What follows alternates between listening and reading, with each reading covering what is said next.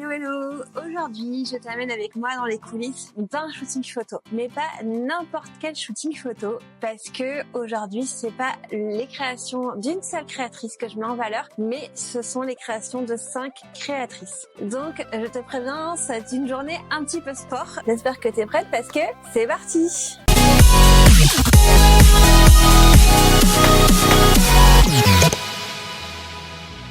Je te remets dans le contexte. Je suis formatrice photo produit pour les créatrices, les e-commerçantes et les marques artisanales. Et dans le cadre de mon programme signature Produit Star, j'avais décidé lors du dernier lancement de proposer une option avec shooting photo. En gros, il y a 5 créatrices qui ont eu la possibilité de faire un shooting photo avec moi dans un lieu que j'avais spécialement loué pour l'occasion. J'avais également fait appel à 2 modèles pour mettre en valeur les créations portées des créatrices en question. Pour préparer le shooting, j'avais demandé aux créatrices de remplir un petit tableau de bord avec un mood board et un cahier des charges un petit peu précis pour savoir exactement quel univers elles souhaitaient, quel type de photo, quel type de cadrage, quel type de plan, et pour voir un petit peu comment mettre en valeur leur création, puisque évidemment elles n'étaient pas présentes le jour du shooting, donc j'avais besoin de me plonger dans leur univers pour en savoir le plus possible et pouvoir vraiment répondre à leurs attentes. Et ensuite elles m'ont envoyé leur création par la poste. Dans le colis il y avait aussi pour certaines des accessoires qu'elles souhaitaient voir, qui faisaient partie de leur univers et qu'elles souhaitaient voir sur les mises en scène.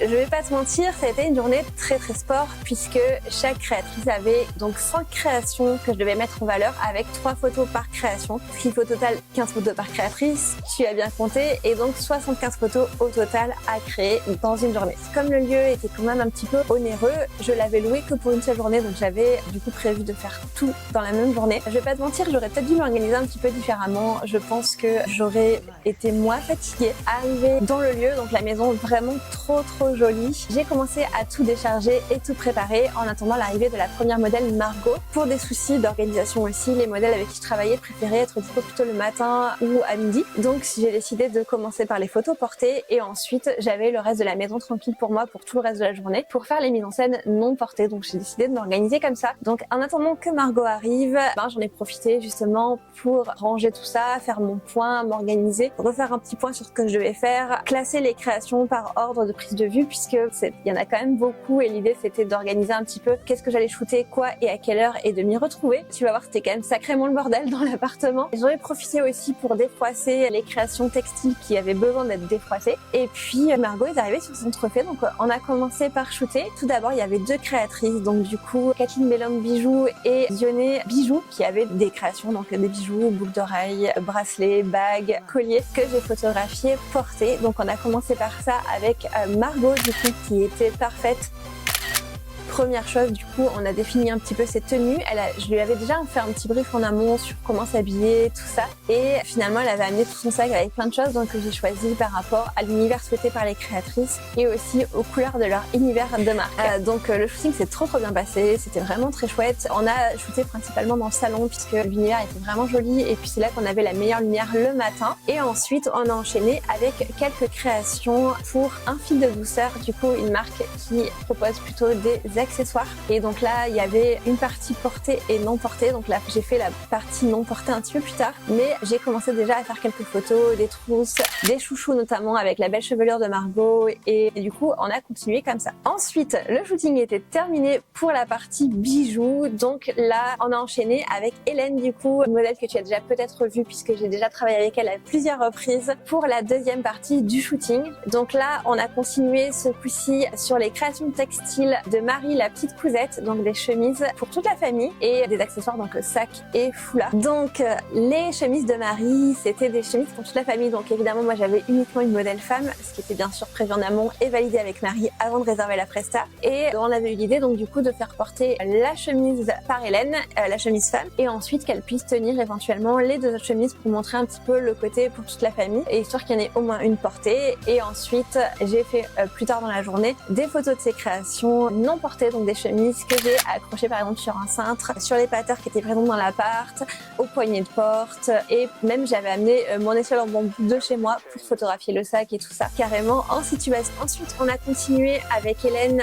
J'avais aussi en tête de faire quelques photos, toujours pour un fil de douceur, notamment des protège carnet de santé, puisqu'elle avait aussi une tenue qui était tellement dans l'univers et qui me semblait vraiment adaptée. Donc on a fait quelques petites photos. J'ai refotographié les trousses aussi parce que j'étais pas hyper sûre des photos que j'avais fait le matin. Et puis c'était tout. Donc ensuite, Hélène m'a quittée et j'ai enchaîné avec les photos non portées. Là, du coup, j'avais aussi quelques petites photos pour Anne de Dionée Bijoux. Il y avait une partie des photos non portées. À la base, les mises en scène m'avaient fait un petit brief avec notamment les feuilles de vieux livres, j'avais des petits sous-verts miroirs, les fleurs séchées et tout ça. Mais pour le reste, elle m'avait laissé assez le champ libre. Quand j'ai vu le soleil qui se reflétait directement sur le parquet, un très très beau parquet, et ça faisait des effets de lumière et tout super beau. J'ai tout de suite imaginé ces bijoux dans cet environnement et du coup, j'ai décidé de faire les photos directement sur le parquet. Le petit souci que j'ai eu, c'est que c'est une journée qui était vraiment... La météo était un peu capricieuse, donc c'était un coup soleil, un coup nuage. Donc du coup, c'était un petit peu mon fil rouge. Dès que le nuage partait, je faisais les photos et ainsi de suite. Et j'ai enchaîné. Et ça m'a pris un petit peu plus de temps que prévu parce que j'ai un petit peu galéré en termes de lumière, puisque un coup il y avait du soleil, un coup il y en avait pas, sans compter qu'il y avait beaucoup de vent. Donc ça faisait beaucoup bouger les feuilles et qu'il fallait être un peu rapide pour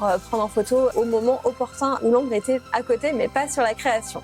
Sinon, j'ai également ensuite enchaîné avec les photos non portées pour un fil de douceur et terminé les créations de Marie la petite cousette non portées, donc les chemises différemment, le foulard et le sac aussi également non portés dans le salon et aussi un petit peu dans les chambres, histoire d'avoir des mises en scène adaptées du coup aux thématiques. Je me suis dit du coup la chemise enfant, la photographie dans les chambres enfants, etc. etc. Et puis en fonction des lieux et des décors que j'avais trouvés. Ensuite, j'ai terminé donc du coup avec les créations de Rachel, un renard dans la lune qui fait des déguisements pour les enfants et des accessoires un petit peu féeriques et tout ça, donc des ailes d'ange, des choses comme ça qui sont magnifiques. Mais comme du coup on était bien d'accord avec Rachel que je ne pouvais pas avoir un modèle enfant, en tout cas pour ce type de prestation là, du coup on les a photographiés non portés. Donc là j'avais plusieurs chambres enfants à ma disposition. Pour le coup j'ai un petit peu galéré parce que c'était un Airbnb et il y avait beaucoup de lits d'appoint qui avaient été mis je pense pour louer pour toute la famille. J'avais bien précisé que je louais la maison pour un shooting photo. Malheureusement les lits étaient quand même là et honnêtement j'ai pas eu le temps de les enlever et surtout pas la fois parce que c'était quand même un petit peu lourd et j'étais toute seule. Donc j'ai dû tourner un petit peu autour des meubles mais je me suis quand même bien débrouillée. Il y avait 3 chambres, notamment 2 avec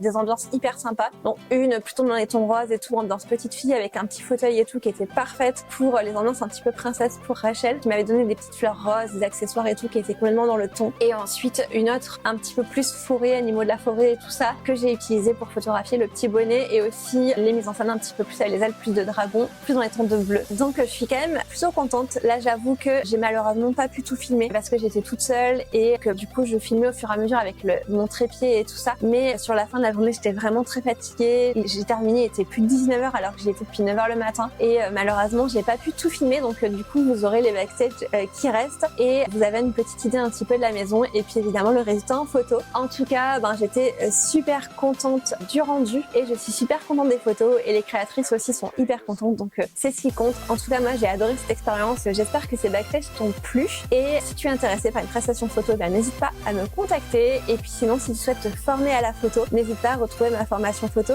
Produistar. Je te mets les liens dans la description et je te dis à très vite pour une prochaine vidéo.